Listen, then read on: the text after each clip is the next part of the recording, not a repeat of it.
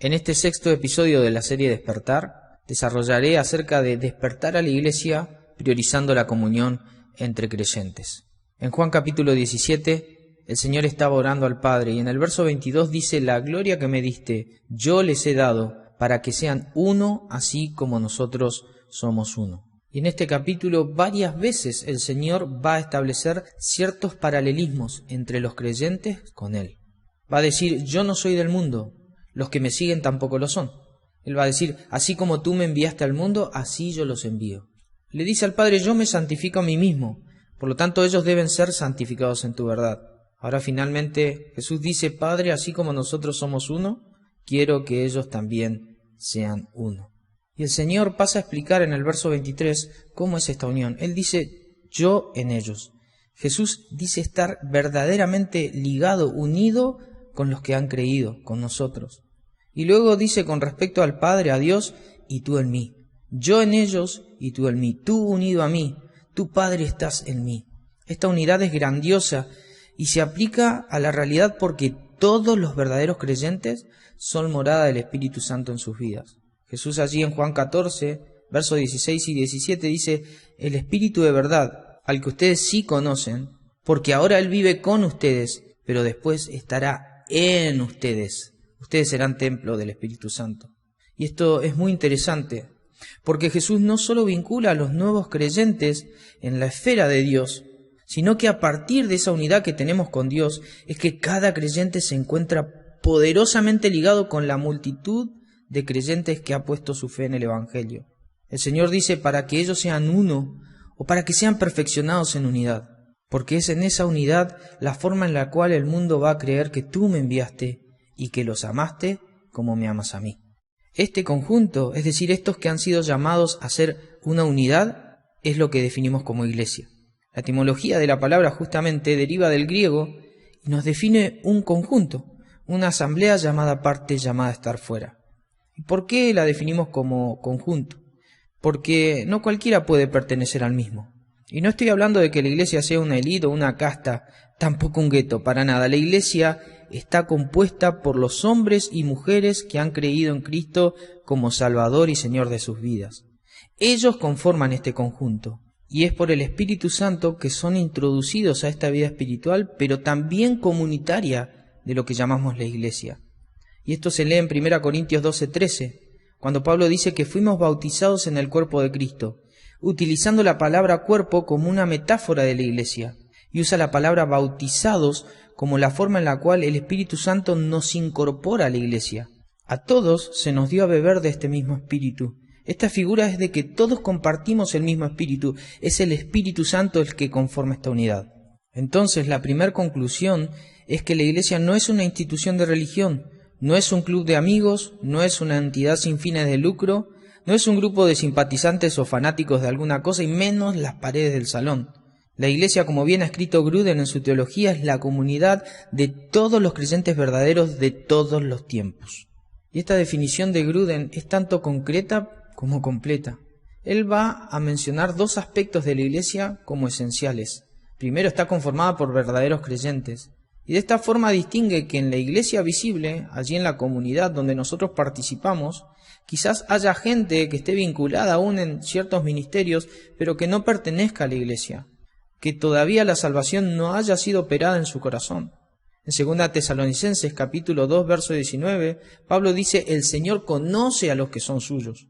En Mateo 7:21, Jesús dijo: «No todo el que me dice Señor, Señor entrará en el reino de los cielos».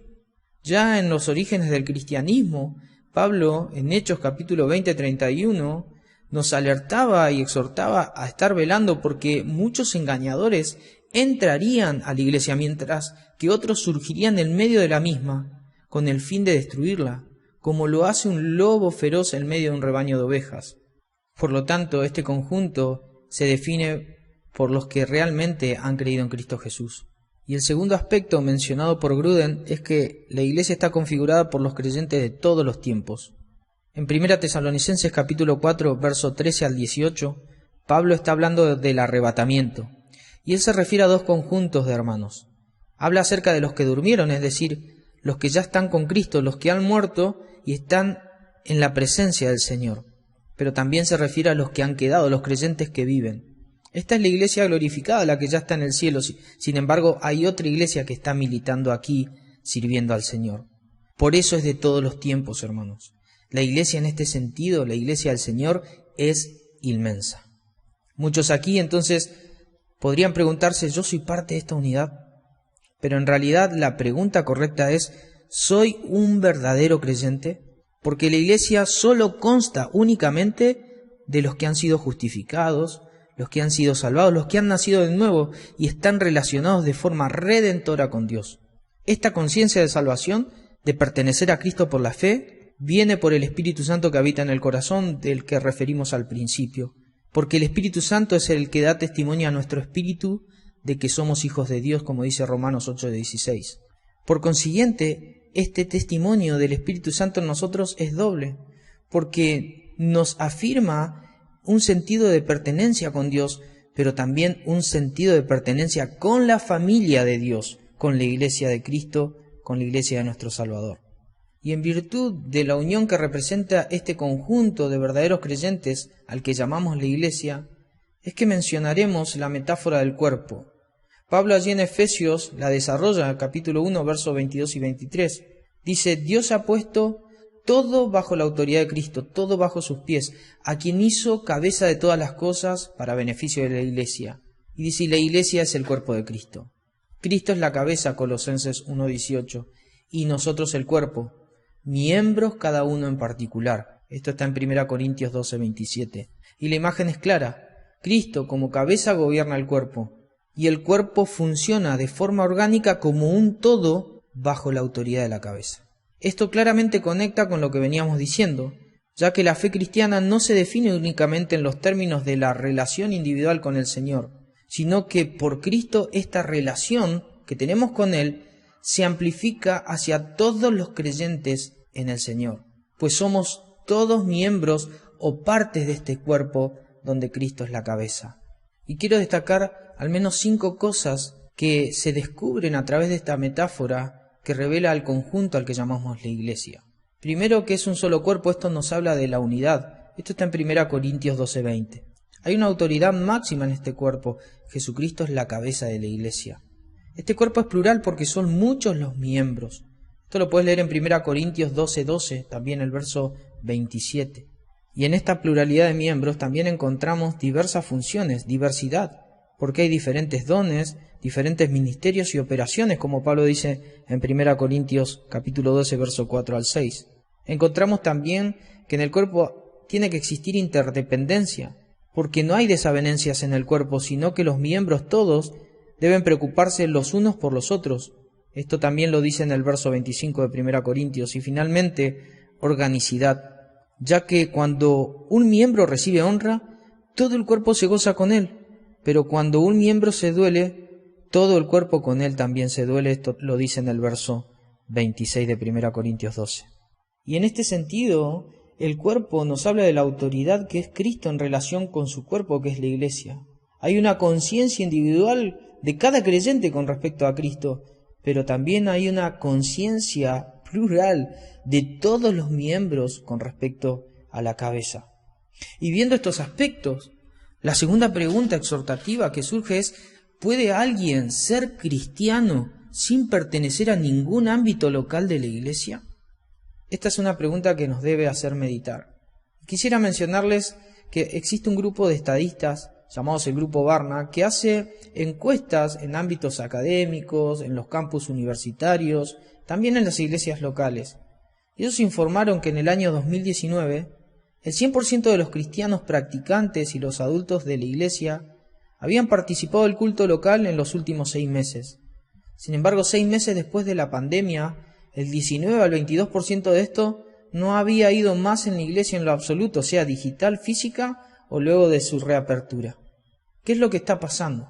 Es que muchos creyentes confesos han visto la fe en materia de consumo y han visto que la versión digital facilita una espiritualidad sin dirección específica, una espiritualidad cómoda, sin un discipulado y bajo un compromiso autoimpuesto. Hay una cantidad sustancial de personas que decidieron que la iglesia ya no es integral para construir su fe o que su fe ya no es integral para el conjunto de hermanos. Sienten que la iglesia no hace diferencia en sus vidas y esto es muy triste. Además de estos, hay otro grupo de confesos creyentes que dicen ver mucha hipocresía en la iglesia. Son de los que dicen me gusta Cristo pero no los cristianos.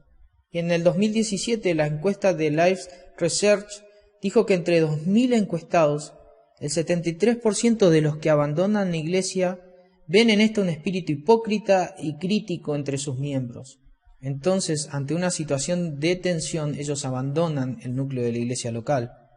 Había otro grupo que también señalaba abandonar la iglesia local porque ésta no le daba respuestas a las interrogantes que la sociedad plantea en el ámbito político, filosófico, la ciencia, lo académico. Estos rechazan el fundamentalismo evangélico y a causa de tantas dudas abandonaron las filas de la iglesia local. De hecho, no siempre abandonar una iglesia es malo. Hay buenas razones para dejar algunos grupos que, llamándose iglesias, predican otra cosa que no es el evangelio, pero este no es el caso mencionado. Y ante los resultados de las encuestas y los factores que hacen al abandono de la iglesia local, la pregunta es, ¿quién de nosotros no se ha visto tentado alguna vez y ante una crisis a abandonar la iglesia donde se congrega? Por eso debemos partir del evangelio para comprender que la comunión cristiana en la iglesia no es opcional, no es algo que nosotros podemos o no podemos desear si somos verdaderamente creyentes. Somos llamados a guardar la unidad en el espíritu, en el vínculo de la paz, dice Efesios 4:3. Somos llamados a no dejar de congregarnos, Hebreos 10:25. Positivamente se nos exhorta a pensar en maneras de motivarnos unos a otros a realizar actos de amor y buenas acciones, allí en Hebreos 10:24. Así que participar de esta comunión no está ligada a nuestro deseo emocional de ir o no ir a la iglesia, sino a Dios que nos ha colocado en su iglesia. Entonces, ¿por qué somos tan propensos en considerar que la iglesia no se requiere, que la iglesia falla, que la iglesia no da respuestas para abandonar las filas de la misma? Hermanos, esto sucede porque vemos la iglesia fuera de la óptica que Jesús tiene de ella. ¿Qué importancia tiene para Dios aquel hermano con el que yo no me llevo muy bien? Miren, para Dios ese hermano tiene la misma importancia que nosotros. Entonces, ¿qué pasa con la hipocresía que hay en la iglesia? Miren, la hipocresía es un rasgo de la carne. Sin embargo, aunque esto no es deseable, para Dios la iglesia está en un proceso de transformación a la imagen de Jesús. Y aunque suene duro, Jesús mismo dijo que es hipócrita el descubrir la maldad ajena sin reconocer la propia. Así que antes de trabajar en la astilla que hay en el ojo de un hermano, entonces demos el primer paso comenzando a sacar la viga que tenemos en nuestro ojo. Muchas veces el fruto del Espíritu Santo reluce cuando la instancia parece contraproducente. Y esto me trajo a la memoria lo que es el abono mal oliente y lleno de putrefacción. Este viene a ser un buen material para lograr un fruto consistente. Así como el abono, las interacciones difíciles que solemos tener en la iglesia pueden ser la manera en la que Dios muestre a Jesús en nuestra vida, en medio de los hermanos, y de esa manera la comunión se solidifique desde la obra del Espíritu en nosotros, produciendo fruto. Así que si somos tentados a abandonar la iglesia, pensemos entonces qué calidad de fruto estamos dando. ¿Y qué pasa con aquellos que ven que la espiritualidad no requiere de la iglesia local? Como vimos, todo verdadero creyente es incluido a la comunión de la iglesia. Y en este sentido, si Cristo es quien gobierna la vida de la iglesia, ningún creyente debería llevar a cabo su vida a expensas de la voluntad de Cristo con respecto a la comunión que tiene que tener con otros creyentes. ¿Y qué pasa finalmente con aquellos que abandonan la iglesia porque no obtienen de ella las respuestas que requieren para su vida cotidiana? Yo le diría a esos hermanos que no abandonen la iglesia. Ese sentido de búsqueda puede ser un kit de cambio para que la iglesia en donde se encuentra estén preparados para presentar defensa de la fe con mansedumbre y templanza. Utilizar la ausencia de respuesta para buscar en Dios y para formar a otros creyentes. Así que hermanos, cuando hablamos de la iglesia, estamos hablando de unidad y comunión entre verdaderos creyentes y estos con Dios. Como vimos, dicha expresión es tanto espiritual, así también como dinámica en la vida social y práctica. Por eso es importantísimo que nuestra comprensión despierte a lo que significa ser la iglesia, porque es prioritario que así se configure en nuestra forma de vivir como el pueblo de Dios que somos. Que el Señor nos bendiga.